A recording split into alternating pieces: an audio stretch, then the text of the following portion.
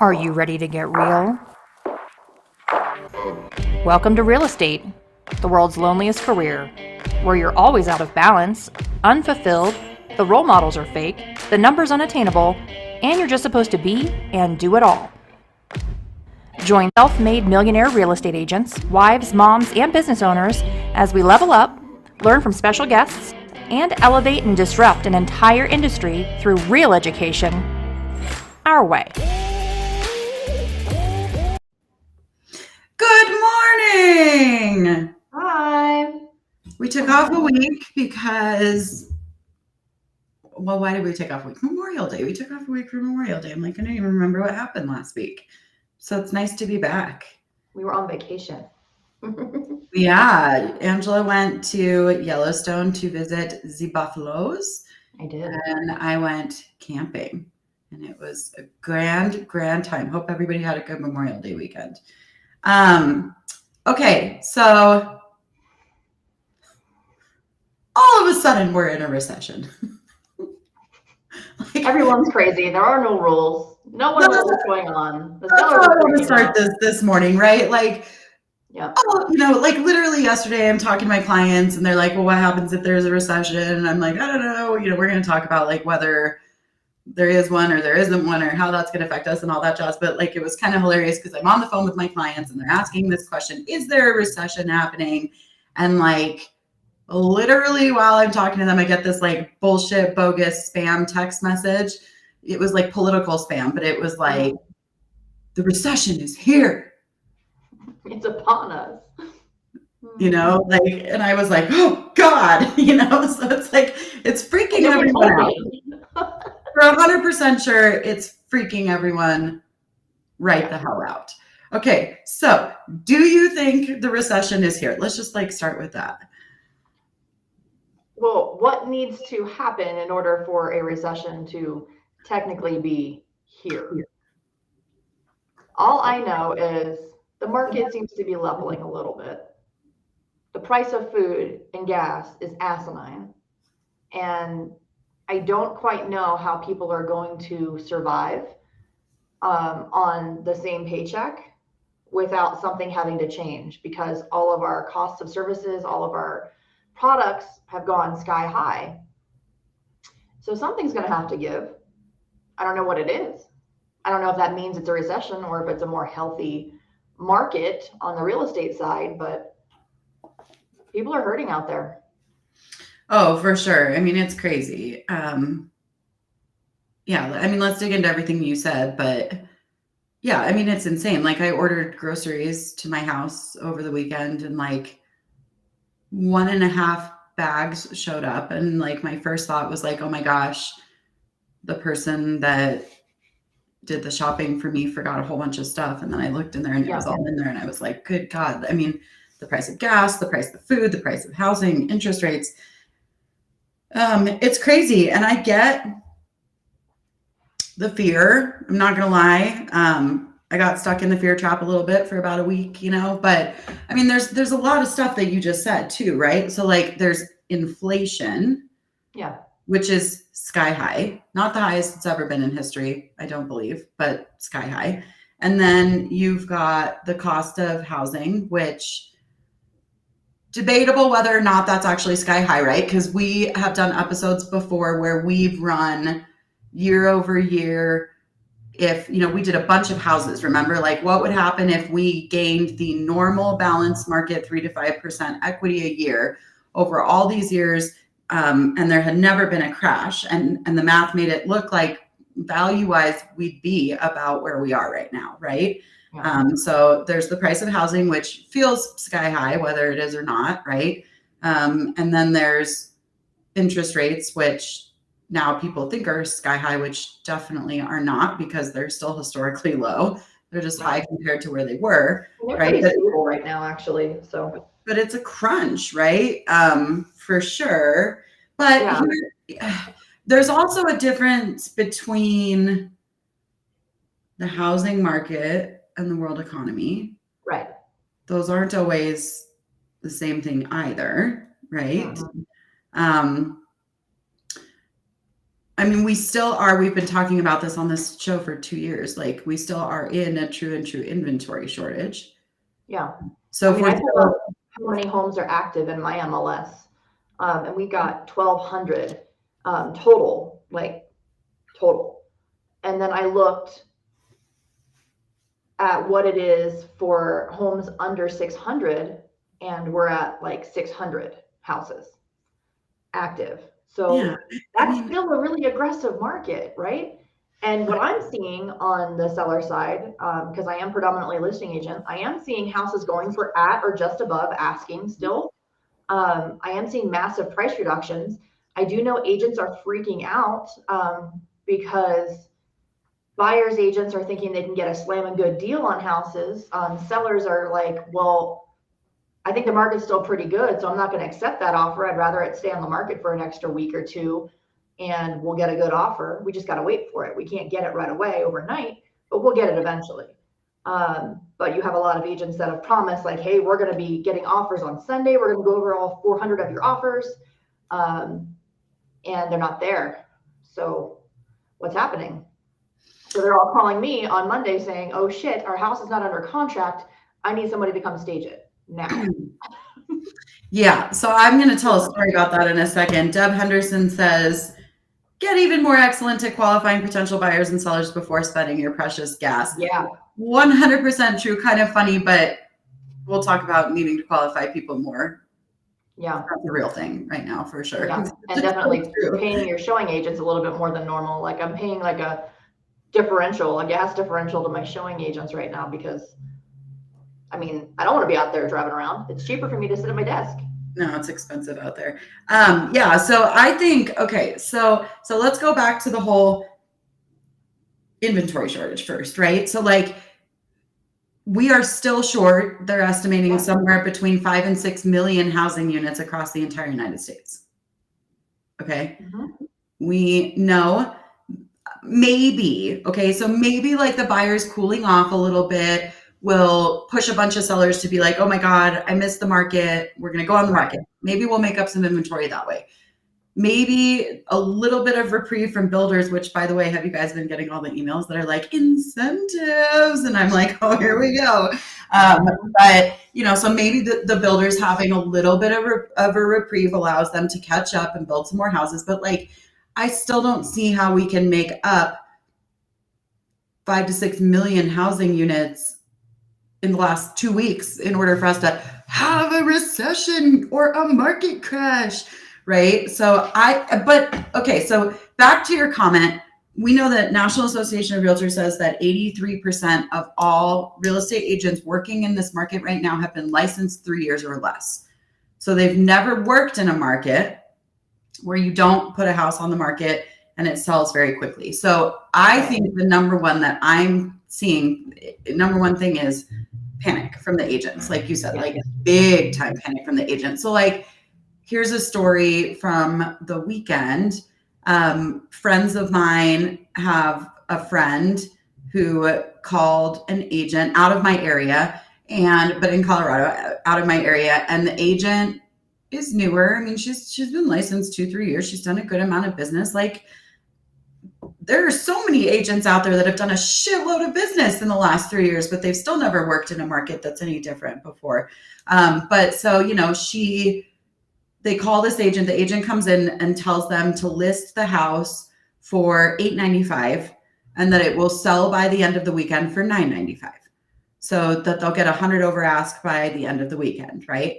So Monday rolls around and they only had 4 to 5 showings and 0 offers. And she calls them on Monday morning, right? So she said, list at $885, you're going to get, or $895, you're going to get $995.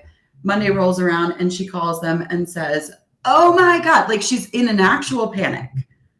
We didn't get any showings. We didn't get any offers. You need to drop the price of the house to $795. $100,000 price drop after 48 hours on the market. And they fired her, unfortunately for her, and you know, said it doesn't seem like, first of all, she's panicking, which makes us really uncomfortable and nervous, which we need to talk about, like how you handle clients when you're panicking yourself, because that's a real thing. But B, they were like, we're not going to take the pressure to drop our price $100,000 after 48 hours on the market, right? So like, here's the thing, and we've talked about this so many times. There is what we've been in the last 2 years, which like, I don't even know that there's a name for that. That's not even a seller's market. It's fucking weird. Whatever that was, right? Whatever the last 2 years was crazy. Now we're in what I would call a seller's market personally, which means that the house sells for list price, maybe a smidge over, and it sells reasonably quickly within 1 to 3 weeks, right? That's what, like, statistically they would say is a seller's market. Then from there you go to a balanced market. Balanced market is where house sells for statistically 5% under asking, and the house sits for 30 to 45 days. Then you go to a buyer's market, which statistically speaking is 10 to 20% under market value. And the house sits for 90 to 180 days. Remember those days? Those were super fun. And then you go to a crash. And a crash is like, don't matter what you price the house for, you're begging people to come and buy the property, right? So like, man, we are not in a crash. But what's driving me insane is every real estate agent on planet Earth going, we're in a crash, we're in a crash, we're in a crash, we're in a crash. And like, I mean, if I was a buyer and I didn't know anything, or if I was a newer agent and I didn't know anything, I'd be like, shit, this is not good, right? Like, it's almost like a self-fulfilling prophecy. Yeah. I will tell you something I've seen very recently, which I think is interesting, is I've had seller clients that I don't know, that are not in my sphere, reach out to me because they interviewed 2 other agents and they watched me on social media and said, I need a better agent than that. I need a more aggressive agent than that. I need somebody that's going to understand this market and be able to sell it quickly and give me all of these things that I need. I don't care if they, take a 1% commission. I don't care. I need a house to sell. And they're not asking me to reduce my commission. They're asking me to do my damn job. And that's what I'm doing. But I'm telling you, like, you better be providing value right now, because if you're not, you're going to be left out in the cold. Like, you better find some buyers. Yeah, I mean, this is the market that exposes people, right? Absolutely. So this is the kind of change, and yes, don't get me wrong, we are in a shift. That's 100% true. Yeah, we're definitely shifting. Shift is different than a crash, right? Like, but we always shift around this time of year. We're just a little bit early. We're not that much early. You know what's funny about that? So check this out. That's funny that you said that. So I have this thing on my phone called Time Hop. And every morning it sends me the pictures over the last like 15 years that I've posted to social media, or pictures I've saved in my phone. So the first thing that I noticed that was funny over the last like 3 weeks, and I've been saving them to make a post about it, is the fact that 8 to 10 years ago, I was posting, oh my gosh, everyone, please pray for my buyers. They're going up against 3 other people. Oh my gosh, I just got 2 offers on my listing. Woohoo. So everyone thinks that this market went like this overnight. We have been in a seller's market for 10 years. Now, the last 2 years were exceptionally crazy, right? But I mean, it's not, that's what people say, is it shot up really fast. Now it's got to come down really fast because it went up to, this has been going on for 10 years. We just don't remember that. And then the other thing that's funny about what you just said is, wait, what did you just say? Because I totally lost my train of thought. You said, I just said that the shift is normal, like it happens every year. Oh, yeah. So the other thing that's funny is that every year for the last 6 years, my Time Hop showed me pictures of me pulling out my St. Joseph stashes in June. Mm-hmm. Like, we know statistically, Angela, when do you get 100% of your equity appreciation? January to June 1st. Yep. It shifts every single year. Last year I was pulling out St. Joe. The year before I was pulling out St. Joe in June, right? So like, yes, does it feel a little bit more intense right now because of how much crazy there had been going on? Sure. But, I cannot get over the expectations of the agent community. Yeah. That it's normal for a property to sell in 24 to 72 hours a huge amount of money over asking with multiple offers. And if that doesn't happen, something is wrong. I think part of it too is the pricing strategies that I'm seeing are like odd. Insane. So hopefully she's not watching. I have this seller. It's really important that you listen to the agent when it comes to pricing strategy. There is a science to it. So if we're listing for a certain number, I don't want to list, $10,000 above that main echelon number because I'm going to miss all of those people. If I'm going from like 450 to 550 or something, like I don't want to list at 560 because then I'm going to miss out on all of those people, right? So the second you drop that price to that number, you immediately get like 15 showings. It's crazy, but it's really a thing. Like there's a reason why we price where we price. And there's a strategy behind it for sure. And you can see it in the analytics. Like I think that you're going to start seeing people, well, at least you should start seeing agents monitoring their analytics a lot more. And so if I have 2 different houses in the MLS that weekend that are active, I'm going to be looking especially if they're in close price points, to see like who's getting more showings than who and why that one's getting more showings than the other one. And they're probably going to be priced a little bit different from each other just to see what that is, because you guys have to really understand that pricing is a big deal. It's not just a gut instinct. You just throw some shit to the wall and see what sticks, because that's what we did 3 months ago. We can't do that anymore. You can't just make your own price. That's fucking lazy, by the way. Sorry. Yeah. Like, let's talk about this.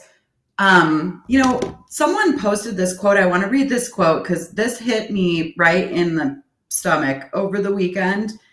And I thought that this was something that everyone should hear in the real estate community that's going on right now. So I'll find this while I'm talking, but that's fucking lazy. Okay. That is not skilled, right? So like, you guys raise your hand if you think that for the amount of education that's required to get into this business and the amount of startup capital that it takes to become a real estate agent, we make a lot of money. We do.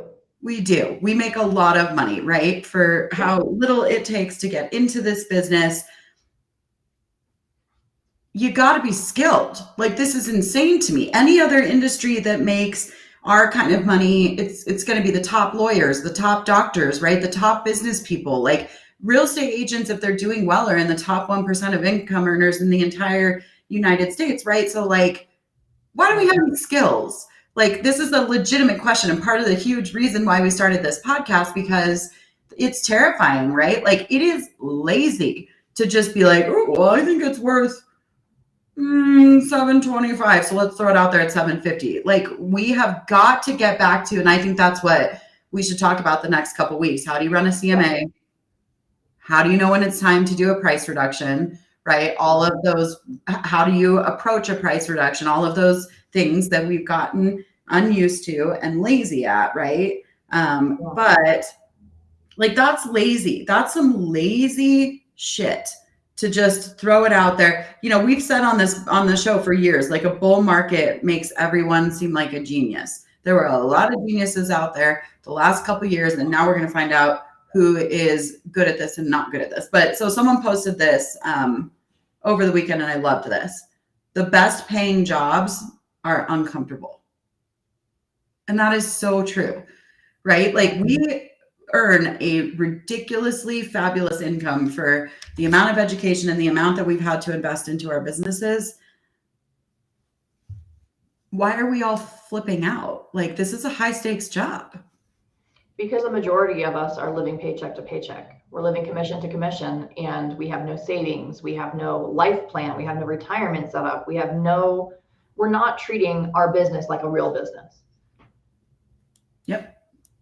That's the problem. And because those agents are not going to survive this. You have to have your life together.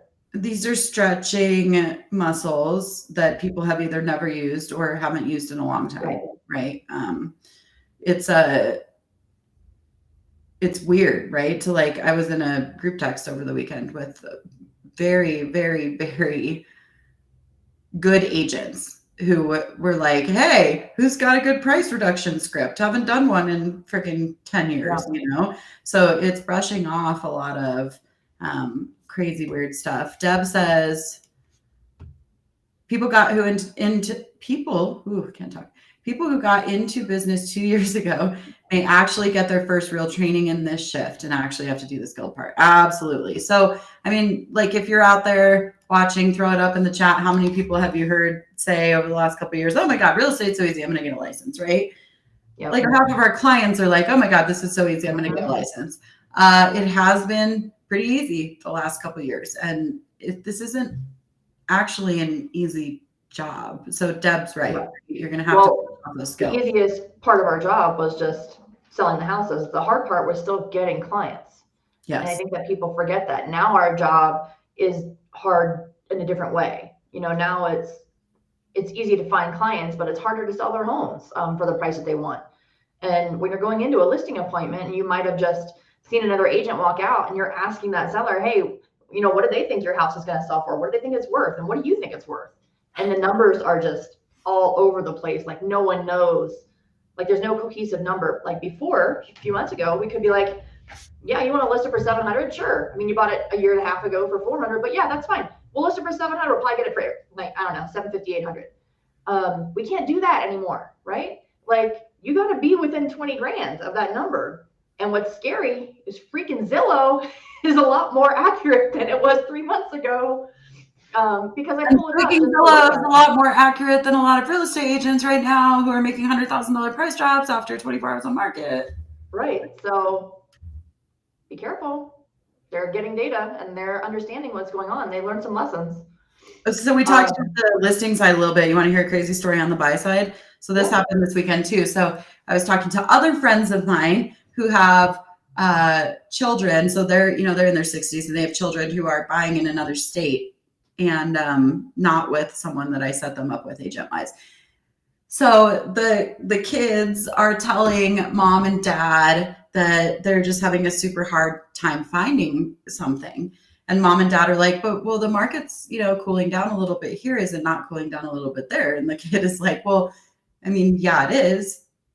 And he's like, this house that we really like has been on the market 2 weeks. And mom is like, well, why don't you just offer less? And the kid literally says to his mom, no, I can't do that. And she's like, what do you mean you can't do that? And he's like, I mean, I've been working with my real estate agent for 6 months. And in every conversation we've ever had, she has always said, you are not allowed to offer list price or under. And so he's like, it's been sitting for like 2 weeks, but I don't really want to offer $50,000 above because it's been sitting there for 2 weeks. I'm not allowed. Like he literally didn't know that it was physically possible or allowed to write an offer for less than list price. So like all the buyers agents out there, right? This is getting really uncomfortable there too, because all of a sudden the buyers who know that they can ask for less, are telling you to do crazy things, all right? Like offer uncomfortably low offers. Got a call from a listing agent over the weekend who was like, we're going to come in less. We don't want to insult you, or they're telling you to ask for more on inspection, right? They're not giving up all the stuff that they were giving up. And that feels uncomfortable as a buyer's agent, but like, you better know that it is okay for your buyer to not offer list price or above. Yeah. And it's okay for you to be a backup offer because houses are canceling left and right now. Yes. Like you can get a slam a good deal as a backup offer. Yeah. Why wouldn't you? Yeah. But to hear an agent tell a client that they're not allowed to offer less, that's scary, right? That's just, I feel like that's just because that's what's been ingrained in that agent and they're training their client that way. But that's 83% of the agent population, right? So but they have to re-educate them and say, hey, the market's kind of starting to shift now. Maybe we can get a house for a lot less than we thought before. Might be a really good time to buy and jump in the market, especially with, rates still being really good, year over year. They're really good still. I do think that a lot of buyers right now are having kind of a freak out at the cash register. And so that might be translating into their offers or a lack of offers or a lack of people getting out there and seeing houses. I think that there's some fear. And I think a lot of people were going further outside of the city centers to buy, because prices closer in got so expensive so quick. I think a lot of people were going outside city centers, and now a lot of them are getting called back to work, and B, like in real life, right? Not remote. Yeah. And B, gas is so expensive. So all of a sudden when they were like, yeah, screw it, I'll commute 45 minutes to work.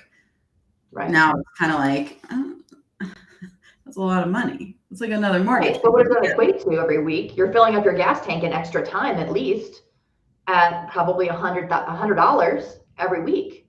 So an extra $100 a week over a month, that's an extra $400 a month.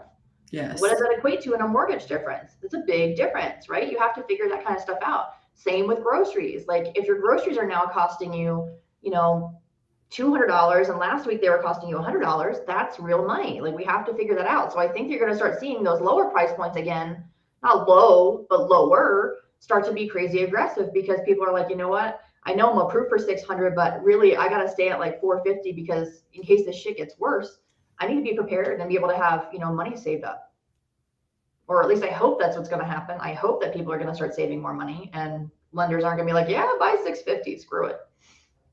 That's when we start having problems. Mm-hmm.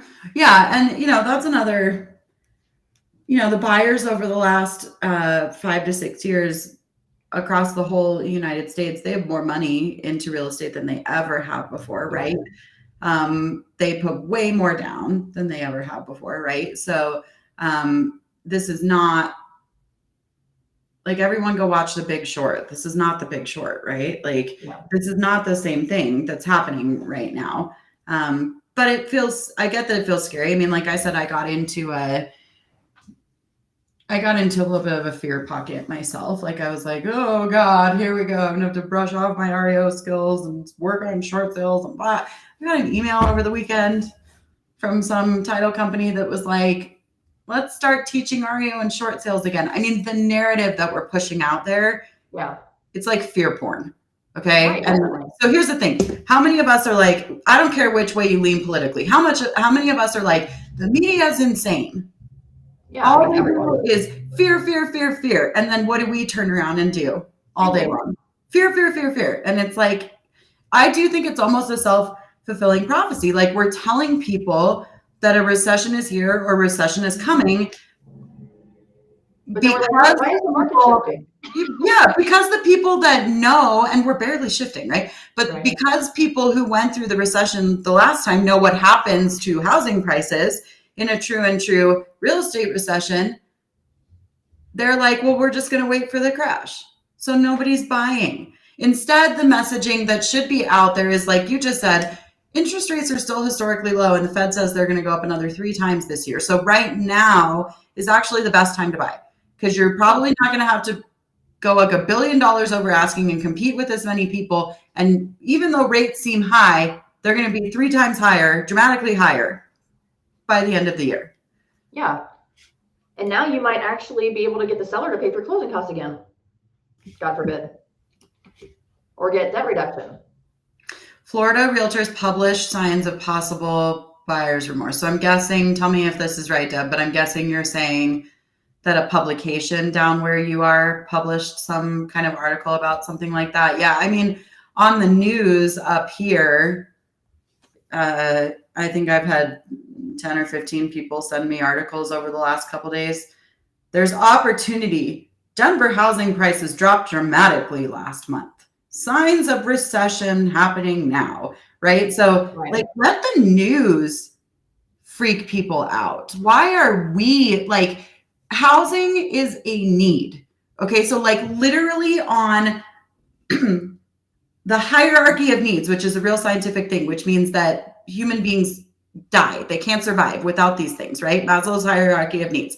You have food, actually it's water, and then you have food, and then you have shelter. So like what we sell as real estate agents is a need. This is not a want. Now, yes, it's a want when someone is like, I'm moving because I want an extra 200 square feet in my family room so I can have extra room for the dog beds. I mean, yes, that's a want. But people buy and sell homes in every market. Did people buy and sell homes from you during the recession, Angela? Yeah. In like the worst real estate market in history? Probably one of the busiest years of my career. Same. right? So same. So what we sell is a need. What we help people buy is a need. It's not a want. And that means it will never go away. It might change and we might have to get more skilled. But this is, why are we pushing out a narrative that the product that we're selling sucks? Like imagine that first, imagine if like you started to see Super Bowl commercials from Toyota and Toyota was like, we have so many Tundras sitting on the lot right now that we've realized it's really a terrible time to buy a Tundra. So because it's such a terrible time to buy a Toyota, and because Toyota is in so much trouble and Toyota's going to go out of business, we're going to give you big, huge incentives. Like it's crazy, right? Like they don't say that. They say something like, Toyotathon. It's a great time to buy a Toyota. Here's a little bit of an incentive, right? Like you can't be pushing out this fear porn. And then you're like, well, why don't I have any clients? Oh, I don't know, because you scared the shit out of them. Maybe that's why. Yeah. Ashley says 100% we need to change the narrative. So Ashley's a lender. Ashley, is now a good time to buy or a bad time to buy if interest rates are going to go up another 3 times this year? Right. And what happens if they do go up another 3 times this year? It just changes the way you buy and sell homes. It doesn't mean that all of a sudden no one's buying or selling homes. It just changes the way you do your job. That's all. You just have to adapt. That's it. Ashley says, buy now. Yeah, exactly. Because this is what you're seeing. So what you're seeing right now is the same effect of what you're going to be seeing on the later half of the year, right? So what you're seeing right now is all these buyers going, oh my God, but whatever, I could have got a 3% interest rate and now it's 5. Well, first of all, we've been telling you for 2 years that that's going to happen, but we're telling you again now when you're like, well, I can get a 5-ish interest rate.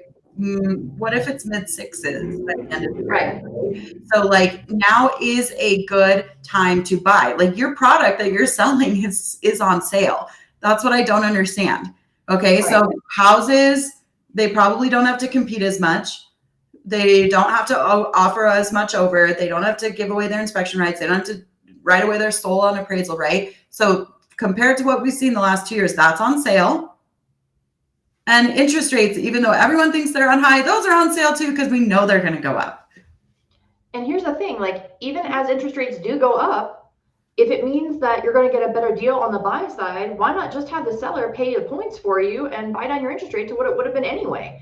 And then you're not having to pay 50, 60 grand over asking price, and you're still getting a really good deal on the house, and you're still getting a good interest rate. It just changes the way you do things. It doesn't mean the world is ending. Like it's fine. Deb says, by the way, love when you guys interact with us. We have the most fun when you guys comment. So thank you. Deb is in Florida on the Space Coast, and she says, we are a destination location for major employers and vacations. No need to discuss the fear, be positive, right? So like, yeah. And Ashley says, real estate's always a good investment. Worst case, refinance later. Exactly, right? Angela just brought up interest rate buy downs. I think we'll do a whole conversation talk on ways to be more creative. But do you know what an interest rate? When we were selling new builds, Lindsay, like what we would write in all of the addendum at the bottom? I was just going to bring it up. Yes. X dollars can be used towards price reduction, debt reduction, closing costs, prepaids, and or financing. All of that shit. Yes. That was normal. And that was, just a few years ago. Maybe it's a lot longer than a few years ago now. Because we've been doing it for a minute now. Maybe 10 years ago, 8 years ago. That's what we were writing in all of our stuff. 12 years ago. On every single contract we work for a builder. So but we brought up an interest rate buy down the other day on the show, and an agent private message, which by the way, again, love that you guys comment, but if you have questions about things you don't want to say publicly, always comment, text one of us, whatever, message one of us. But an agent the other day messaged us and said, what is an interest rate buy down, right? So that tells you right there that we are not skilled. We are not prepared for what could potentially be coming, what is here now, even though it's not a freaking market crash, we still aren't prepared for it, right? So an interest rate buy down, if people don't know what that is where you use money to buy the interest rate down for the whole term of the mortgage for the 30 years. It costs a couple $1,000s, $10,000, depends on what it is. But that's a great thing to be talking to lenders about right now. What Angela was talking about is we used to use seller paid closing costs to buy down people's interest rates. It also blew my mind. So the other day, so Lennar is back to offering what's called a 2-1 rate buy down, which like, how much did we love those things, man? That 2-1 rate down was my favorite thing to sell on planet Earth. But someone posted a picture in Lab Coats of Hi Lab Coats. We love you, by the way. I usually don't say your name out loud, but hi, we love you. Someone posted a picture in that big Facebook group of the advertisement, okay, of a 2-1 rate buy down. And they said something about like, oh my God, apparently the country never learned its lesson. And this is what's going to cause the real estate market to crash because here we are doing interest only loans and offering bad loans and not qualifying people again. And it's like, that's not what that is. So I think the amount of misinformation out there is absolutely freaking terrifying. And by the way, a 2-1 buy down is where you take money. And so for the first year of the mortgage, the interest rate is 2% less than market, 2 points less than market rate. And then the second year, it's 1% less than market rate. And then the third year, it adjusts at market rate par. But exceed a certain amount. Yeah. Yeah. So like when Angela and I used to know each other, we worked down in the Springs, which is a very military heavy community. And because military people get PCS, they get moved all over the country all the time. Most of them would only stay in their houses 2-ish years, right? So that was an especially good option for people that moved around a lot. But it's just shocking to me the amount of misinformation. And I really, someone else posted this and I'm going to steal it. The shift that you will see coming is the shift in real estate agents who will leave the business. Yeah. That's what the shift is going to be, unfortunately, because they aren't skilled enough. They don't have the skills. They were never taught the skills. It's going to take brokerages a freaking year to spin around and brush their shit off and start teaching the skills again to agents. Right. It'll be because they haven't been. That's the problem. Mm-hmm. Like brokerages are not teaching. Inherently, that's the issue. There's no training for people, at least not good training. It's just machine washed up shit that they've been training for the last 30 years. It's the same crap. But they need to be training on what's really happening in our market right now by someone that's actually selling in our market right now. And it's a really good opportunity for lenders to come into real estate offices and, give proper education, like how to get an edge in this market, how to help your buyer. Just doing some of the things that we just talked about is a massive value add. And I guarantee you at least 30% of the realtors watching right now have no fucking clue what we just talked about. And that's because they're not getting that education. Boom, from Deb, right? Like brokerage training classes should be packed. Yeah. Packed. And how many people, well, first of all, how many brokerages are offering a class on what you need to know? So I think we just made up our mind that we're going to do those over the next couple of weeks. We'll do them. But how many people have been in a class? Right. How many people are standing up on the mountaintop going, oh my God, a crash is coming, but aren't getting their asses into somewhere that's offering training on how to actually deal with that? Yeah, they're not. None of them. And what kind of training are you giving to your clients right now? How are you helping your clients? Like the other day I posted something because I was at Sam's and I happened to see formula. And right now that's like, a hot button in our entire country. Like there's a massive shortage. So I just picked up a couple of cans of formula and I said, hey, who needs this? And I just gave it away because that's what people need right now. They don't need you to be down their throat. Like, now is a great time to buy. They need you to help them right now. So this weekend, I hired a couponer to come in and teach a class to Facebook so that people can learn how to keep more of their money. If you are not providing value to your community of clients and family when they really need it, which is right now, what are you? I mean, there's a lot more to just buying and selling homes. There's a lot more to being a realtor than just that. There used to be a funny joke that went around the real estate community that would go, most agents do the 3 Ps, right? Which is put the house in the MLS, put a sign in the yard, pray to God it sells. Pray that someone else shows up with a buyer and sells it, right? The 3 Ps.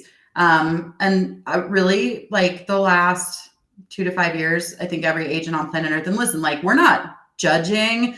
We're not saying that we haven't, look, I mean, I pulled out my price adjustment script book this weekend and dusted it off, right? Like I'm going back to school too, right? So the difference is I've done those things before, and I'm very lucky that I've done those things before. There's a hell of a lot of agents out there who've never done those things or been taught those things. They're going to struggle. But, those 3 Ps, right? That's what everyone's done the last 2 to 5 years, right? Put it in the MLS, put a sign in the yard. Not even pray that someone else sells it. I don't even know. Sit back, post up and wait until 57 offers roll in, right? Like that's what we've done the last 2 to 5 years. That is not going to work anymore. And 100%, I think, to say it again, there is a shift coming. And the shift that you will see will be the amount of agents that don't survive this market because they're not prepared. I would say you're going to have to add a couple more Ps if you're going to want to be successful. In the military, we had a whole bunch of Ps, and it was prior proper planning prevents piss poor performance. Ooh, I love that. Say it again. Prior proper planning prevents piss poor performance. Love that. You can do that in real estate too, right? Like if your listings aren't ready to show, if your buyers aren't prepared for the market, if you're not prepared for the market, what are you doing? Before you step foot in a vehicle or put a sign in the yard, you got to know what's going on, and you got to plan your house properly. You got to market your house properly. You can't just like throw it in the MLS and forget about it.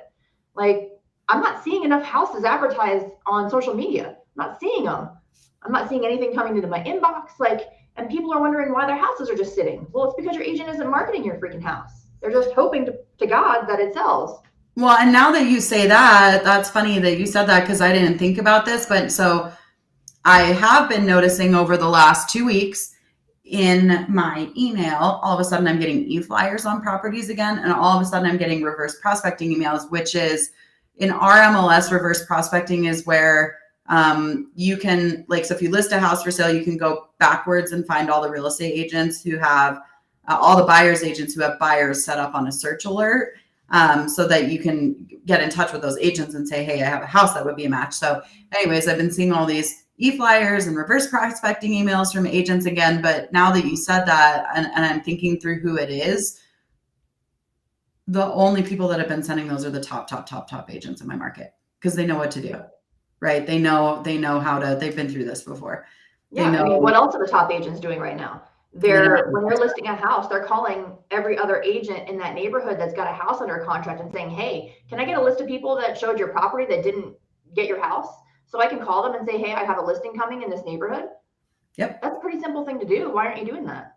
Yep. Or buyer's agents. Hey, I see that X agent sells a lot of houses in my neighborhood. Maybe I should reach out to that person and say, hey, do you have anything coming up? Why not? Why aren't we doing that? Now we have time. We need to go back to posting again. I saw a couple people just this weekend put houses on Facebook Marketplace again, right?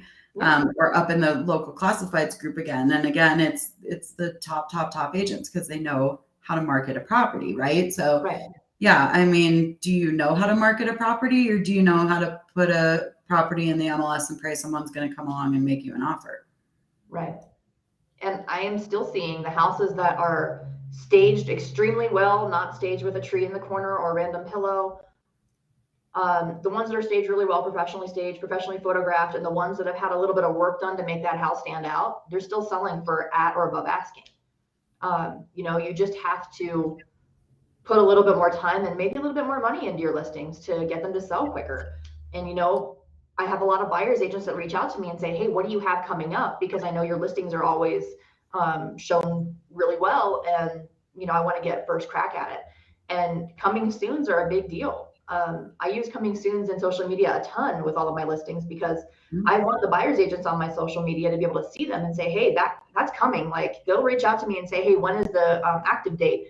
Because I want to get my clients in there right away. Or, hey, the second it goes active, I'm going to send you an offer because I know that your houses actually look the way they do on social media in real life. I think you're going to start seeing more of that.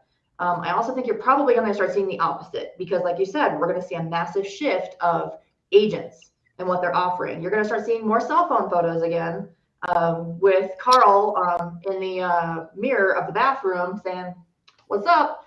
And I think that you're going to have a bigger shift of agents and the quality of listings and the quality of agents that we're seeing. I think that the value that they're providing is going to be a big differentiator in the market. And I think that sellers realize they're going to need a higher end agent. They're going to need somebody that really knows the market instead of somebody that's going to do it for cheaper. Let me ask you 2 questions. Okay, so first of all, who's king dick shit in a crashed market? Listing agent or buyer's agent? Buyer's agent. I think buyer's agent, yeah. Buyer's agent, absolutely. So what do you think that all the listing agents who've been doing the 3 Ps for the last 2 to 5 years and absolutely treating buyer's agents like dog shit need to be doing right now? Sending out some apology notes. Apologizing, yeah. Answering your telephone, not being an asshole because, we've said this, everyone's like, the tables are going to turn. That's not a joke. If you have not been through a crash or a recess market, again, still not saying that's coming, but if it does, buyer's agents are fucking king because you will literally do everything short of sexual favors to be like, please bring your buyer to buy my property. Right. And then let me ask you another question. So what do you think, and you're different, so I need you to take your staging off the table because not everybody can do that. But like outside of your staging, what would you say that the last 2 to 5 years you've spent to market a property? Probably $2,500 to $3,500 a listing. And what do you think that was during the recession? Was it higher or lower? Honestly, during the recession, I had a lot more buyers than I had sellers. So it's higher. I spent more time in prep.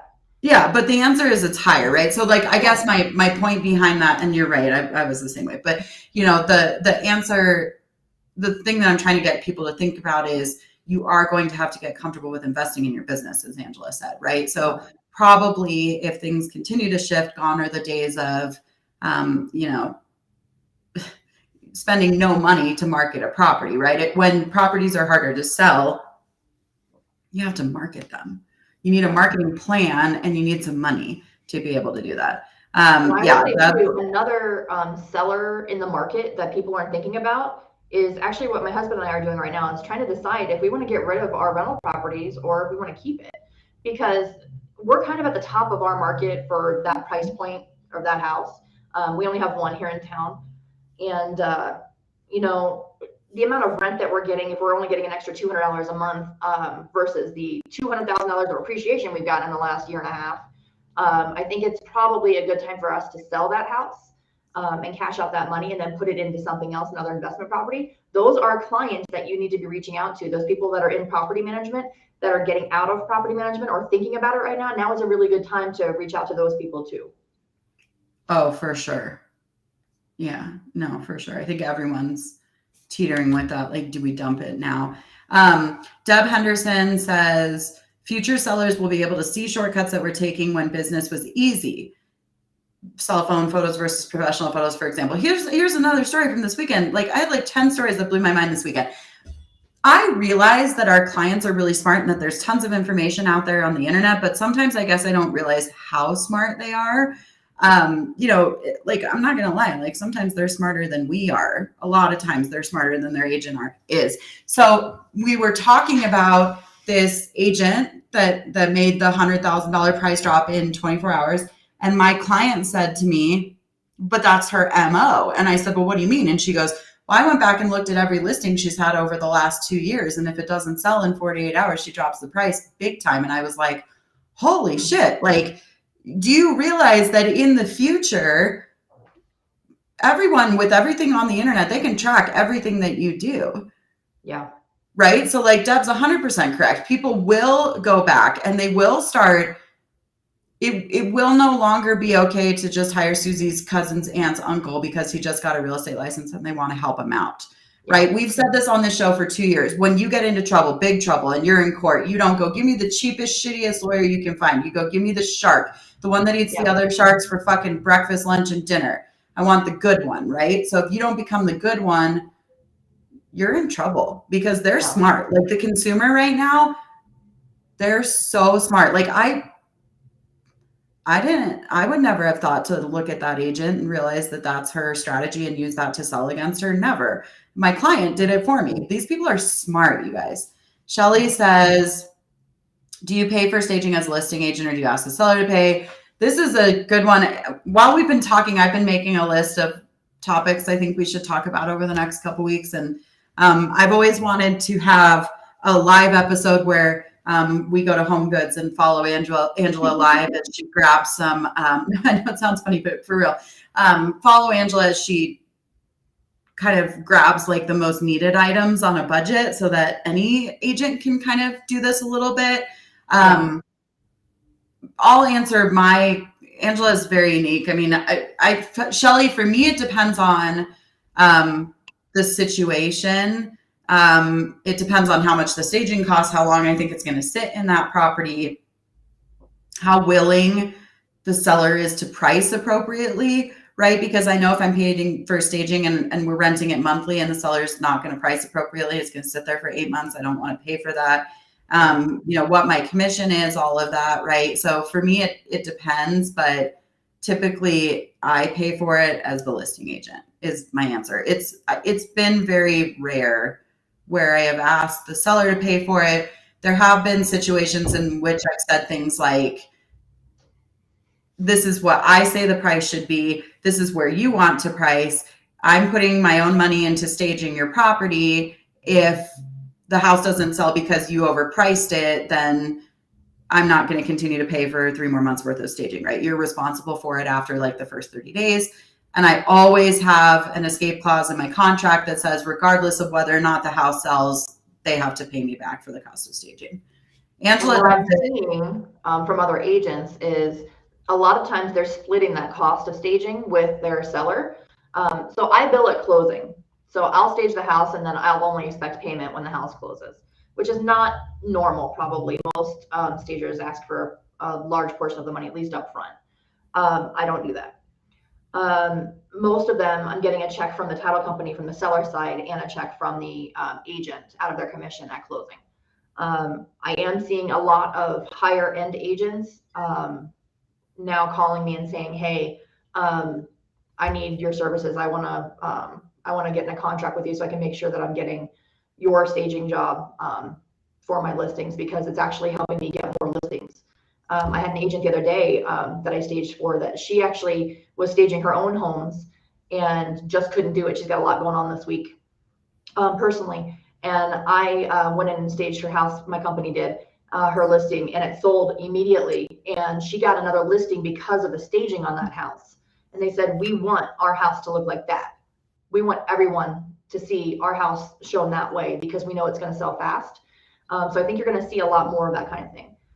So talk to your stagers in your area and see if they will discount it, or if they'll, bill you at closing. A lot of times we'll discount it if you're doing, more than 3 or 4 a month, because we can bank on that. But if it's like a one-off type of thing, see if you can get, on a payment plan with them. That's pretty common. We all offer that. The whole reason I started my company, I started it with $500 on the staging side. I went to Ross and Home Goods and I bought the stuff that I knew I was going to need. And then out of every commission, I added another $500 into my staging business. And I'm going to post pictures later so you guys can see what my staging warehouse looks like. And we have like 20 houses staged right now. So it's kind of bare, but it's very full as well. So we have a lot. I love that kind of thing. Take a little bit from each check. I love that. But I do think we're going to follow you live and see what you can stage for $500. Yeah, I'm happy to do that. We can definitely, I like the Home Goods up by you anyway. So we can go through and kind of show you guys what pieces to buy and where to buy what pieces, because you don't want to spend all of your money on things that you don't have to spend it on. I get certain things from Amazon. I get certain things from Ross, Home Goods. So I'll tell you all of that kind of stuff. Facebook, I've seen things because it'll save you Marketplace. Yeah. Lots of Facebook Marketplace. Yeah. And if you add me on Facebook, you can watch me doing all of that stuff. So if you add me as a friend, I'll get rid of some old people in there that I haven't talked to in 80 years. I don't know. Because I keep getting to my limit and I don't know how to. Yeah. I don't know. But Deb said this and Angela said it. And I think, remember this going forward, right? Your listing is your billboard. We've talked about this before. So your listing is your biggest billboard. Your clients, your future clients, the way that you write your MLS description, the way that your photography looks, the way that the property is presented, the way you do an open house, right? All of that is your billboard. And that is what causes future sellers to hire you or not hire you, right? So make sure that your billboard looks really good. Like, if you were going to put a billboard up on the major road in your town, like you would dress up nice. You would do your hair and makeup. You would get a professional photographer to take your picture. You would make sure that the copy looks really good. You wouldn't use Comic Sans for a font. That's a Josh joke. Or papyrus. Papyrus. You would, the billboard, like how good would the billboard look? Right. Smoke it, right? Like that's what you want your listings to look like as you walk into a future that's a little bit less certain as as a listing agent, right? But buyer's agents become king fast, and they've been done dirty really hard the last couple of years, and we've talked about this on the show a lot. For the last 2 years, we've been talking about don't cut corners and don't be an asshole. As the market is shifting, a great thing to do after you've pissed on all of those people as a listing agent for the last 3 years is maybe start paying them more than you. Or paying them what they're worth. Whatever that might be. We're not telling you what that number is, but, I have no problem paying bonuses, to buyer's agents. We're seeing it like how much gas is. Jesus. Well, the builders, right? So the builders are, it's like, that's a big indicator, right? Like, and even though there's small incentives, that's a big indicator. All of a sudden we're seeing like $2,000 towards closing costs, whatever. Buy this weekend and get a granite countertop upgrade. Buy this weekend, get a refrigerator, whatever it is. But so there are, and then I'm also seeing emails from the builders now that are saying like, hey, here's our list of inventory. I've even gotten some phone calls from those builder sales reps that are like, hey, come and bring your buyers, right? But, agents are salty towards the builders because the builders kind of did us dirty, right? Those listing agents that were nasty to people, that's not gonna fly anymore. Like people are gonna start to call you on your shit. And the way they're gonna call you on it is they're not gonna bring their buyers. Then you're not gonna sell those homes. Yep. Get an attitude adjustment. You are not God. I think the problem is a lot of listing agents take it personally if an offer comes in extremely low. It's not personal. That's their offer. Your job is to present it. It's not your money. It's your seller's money. It's their choice. So I don't do a bad job if they come in under asking. It just means you did your job and you got an offer. Now it's your opportunity to negotiate. Correct. Thank you for saying that. What's an agent's job, right? To market and present the property in such a way that it brings buyers to the property, ultimately resulting in an offer, right? You're not responsible for what the offer is. I don't take it personally. I do take this one's hard for me, and that's why I think over the next. It's hard for me too. I take it like, oh my God, I'm going to have to call my sellers and tell them that this was the offer, right? So, like Deb said, brokerage training classes should be packed. That's like the quote of the day from today, I feel like. If you're not learning right now the skills that you need to move forward into this shifting market, you're done, dude, because we're going to eat you alive. Sorry. Like that's the other thing that happens in a market that shifts. The big dogs will eat you guys alive. They will take ground so fast that you will watch an agent own an entire city in like 6 months because they know what they're doing, right? So if you're not spending your time right now brushing up on the skills that you need to go forward, which are price reduction conversations, pricing out the gate conversations, right? Listing consultations, buyer consultations, all of that, inspection negotiations. If you don't have contractors in your arsenal that you can call for help with things, right? If you're not getting on top of this stuff now, it will be too late by the time that the market actually changes, if it does. So these are things that you need to be doing now. Yeah. And I think, reach out to your title companies and let them know, hey, I would like a class on this. If your brokerage isn't doing it, they will bring somebody in and teach that class if you show up. They'll bring those people back in as long as they're allowed to. I don't know what the COVID rules are anymore. I don't know. I don't know if there are rules. But each title company will probably have their own. So reach out to your title rep and see, or your lender and ask them. I'm sure they're happy to bring in, a particular person to teach you. And it might be somebody in your market that's just doing things better than you are. And you might just reach out to them personally and say, hey, I need some help. Can you help me? Show me what you're doing in this market. Or your agents can reach out to them as well, or your lenders, and see if they can get them to come in and teach a class to you, and you can ask those specific questions. Most of us are really willing and able to teach those classes and share that information with you, because honestly, 99.9% of the people we teach it to won't implement it. So it's not really a risk. Deb says, when agents understand they are not a party to the decision, they are discussing all the options. They need to not have emotions, just level-headed discussions of the different ways things could go. Yeah, I mean, a real estate agent is, and maybe this is wrong in other states, but I'm almost 100% sure it's not. A real estate agent is not a party to a contract. You are a facilitator. Right. The contract is between the buyer and seller. It really has nothing to do with you. You are literally just the bridge by which the information is connected to both sides of the party, right? And here's the thing, Deb, you're 100% correct, but I'm going to tell you guys right now, in a shift, it gets really emotional. And we talked about this before. When the market is shifted, when it's crashed, when it's done, just in the same way when it's been insane the last 2 years, people adjust. So when the market is what it is, it doesn't feel as awful because the news has reported it. They're aware by the time that they get to working with you, they understand the market conditions. It's in this moment where it's shifting that it feels awful because people aren't aware, they're unwilling to accept it, they're emotional, right? So this is the most emotional part right here. So it's okay, Deb, if you need to have emotions, just go off, do them in the corner, cry a little bit, kick some things, punch some things, take 10 minutes. Our good friend Garrett Maroon has this trick. Go back and listen to his episode where he talks about how to never engage the client when they're in an emotional space and how much that's changed his career. And I've started doing that and it's changed my career too. But you are the sponge.